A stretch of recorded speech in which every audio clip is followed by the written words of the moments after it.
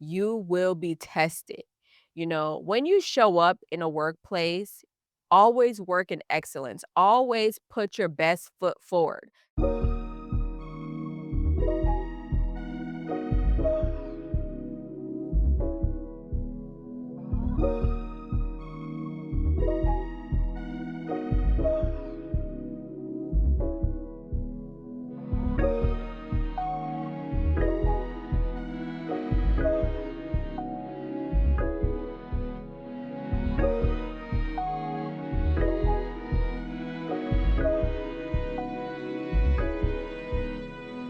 What up, yeah? Welcome back to another episode of the Pretty Girl Progression Podcast. I am your girl, Sherelle.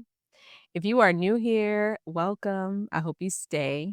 And if you have been here before, girl, at this point, it's feeling like cousin reunion. Welcome back. And as always, make sure you like, comment, and subscribe. Tell a friend to tell a friend. If you are not familiar with the PGP podcast, we are a faith based podcast all about personal growth and wellness for our melanated sisters. So, sis, if that is you, pull up a seat, take your shoes off at the door, sit back, relax, and I really hope you enjoy this week's episode. So, it's a new week. Praise the Lord. It's almost the first of the month, so you already know what that means. We're not gonna get into that. Bills, bills, bills, bills, bills. Can you pay my bills? Anyways. So I'm in the studio. I am feeling great. I am rocking my Pooh Bear slippers, which I love so much. I feel so relaxed on my new green carpet. If you are listening on any of the audio streaming sites, run over to YouTube and check us out. But this past weekend, I did a lot of things actually. I got to go to Camilla's house. If you're not familiar, Camilla's house is a shelter in Miami, downtown Miami.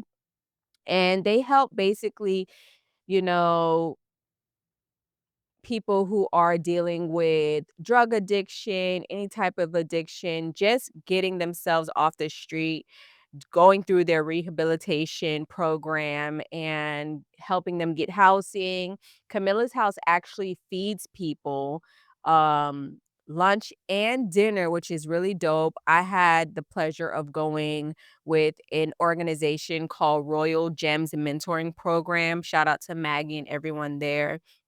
They basically help young adults, through the mentoring program and give back, and they do so many great things.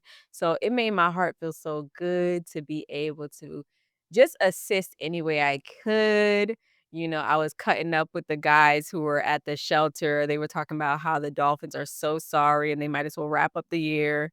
We're still gonna keep the Dolphins lifted up in prayers, y'all. Okay. Jesus, Lord help them. Oh, and what else has been happening? I had a crazy work day the other day, and that's really gonna bring me into this week's topic, which is navigating the workplace with grace and God.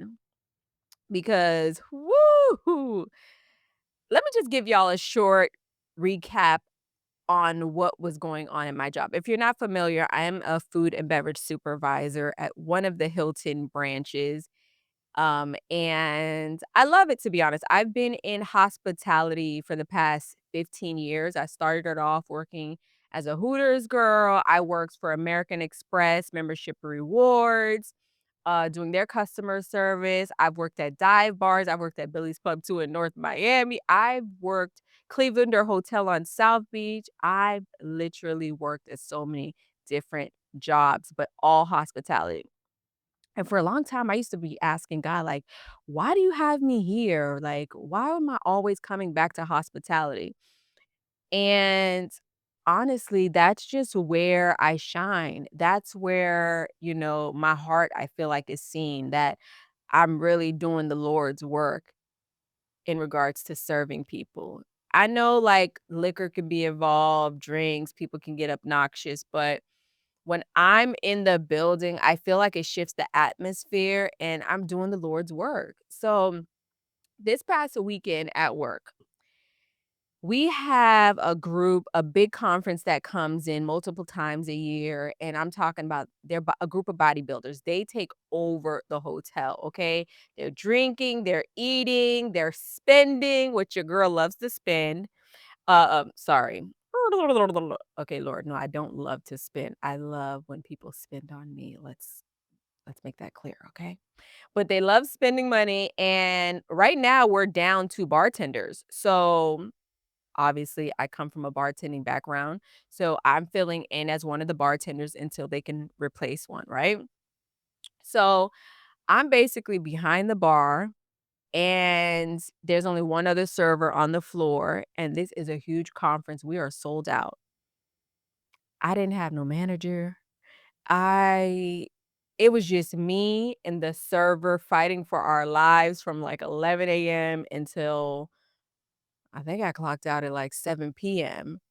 And, we did a shift change, and then, the next bartender came on, and it just was a show, okay, by lack of better words. Like, that's really what it was. It was a hot mess. So, today, actually, as I film this, after I leave from filming, I gotta go to work, and we're gonna have an emergency sit-down meeting because it's important.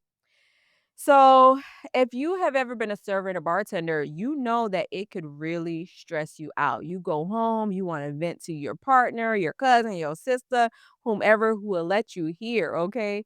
And vent on how the day went.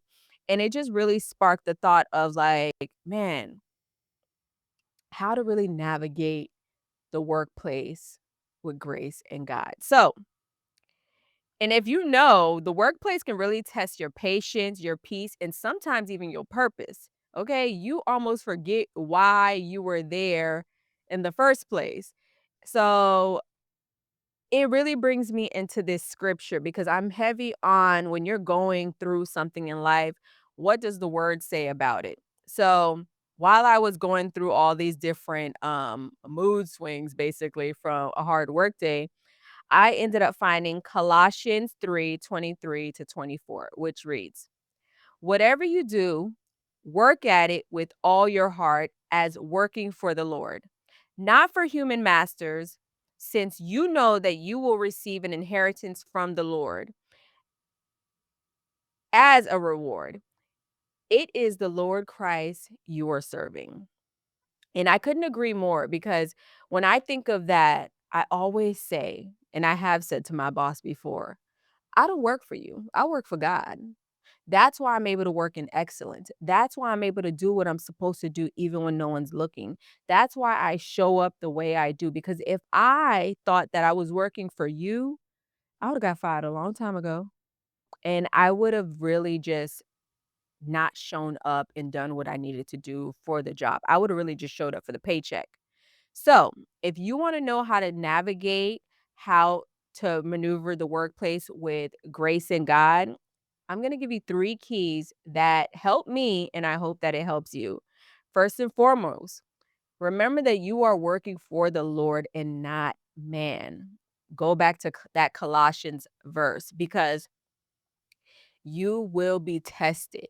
When you show up in a workplace, always work in excellence. Always put your best foot forward. For me, I work in a hotel. I always remember that, man, people are coming from all over the world, spending hundreds of dollars to stay at a hotel.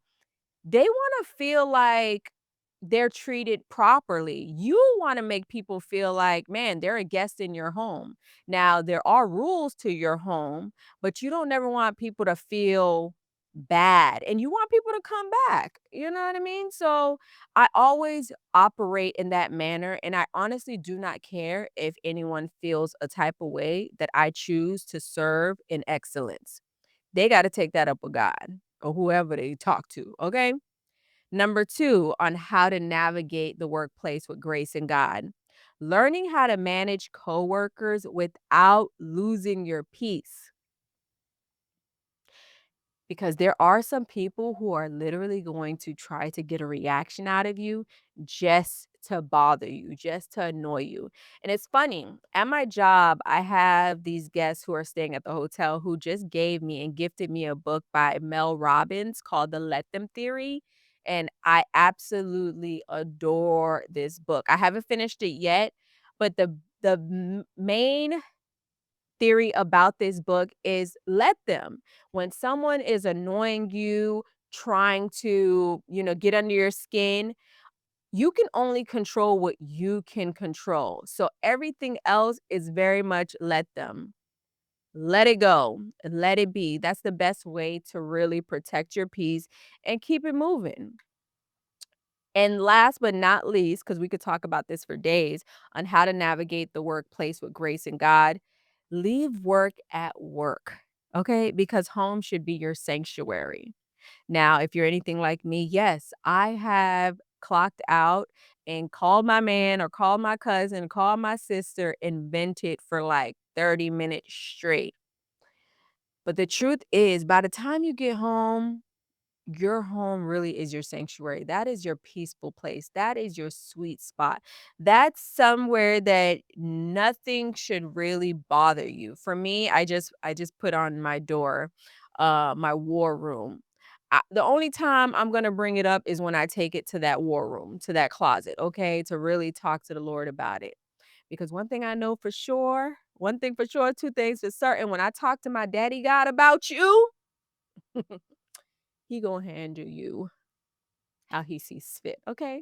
That's not a threat, it's just a promise. It's just the truth, Shannon. Okay, that's an inside joke. But that's the best way you can navigate the workplace. So, just so we can recap, y'all, remember these three things because we know the workplace will test us. Work for the Lord and not man. Show up, operate in excellence, and let what you do, your presence, do the talking. Number two, learn how to manage your co-workers without losing your peace because they will stress you out. And last but not least, don't bring work home, okay? Your home is your sanctuary. I really hope y'all enjoy this episode and take heed to what I'm saying and also add to the conversation because I know if you're anything like me, the girls could use the advice and the help. And I just posted something also before I go. I just posted about, God will release you from the shackles of the 9 to 5. I'm heavy on the he will release me, okay? Because he has me obviously working on the things that he needs me to do for his mission, for his goal. I'm just the vessel. So I know that the 9 to 5 while I'm there is just a stepping stone to teach me certain lessons that I need to learn, whether it be the patience, whether it be how to organize, how it is to be a leader in a field with, a lot of different people. Whatever it is, I take the value from that and I just do my best to implement it in my everyday life? So, I hope you ladies enjoyed this episode. If you are ever looking for any tools and resources, don't forget we do have a 30-day daily devotional that you could pick up at www.prettygirlprogression.com. We also have the journals that you can write in. I definitely use mine all the time. And remember, if this week's episode spoke to you, make sure you share it with the woman who is progressing, trying to balance the workplace and her walk all at the same time. And until next time, Queen, love yourself. Bye.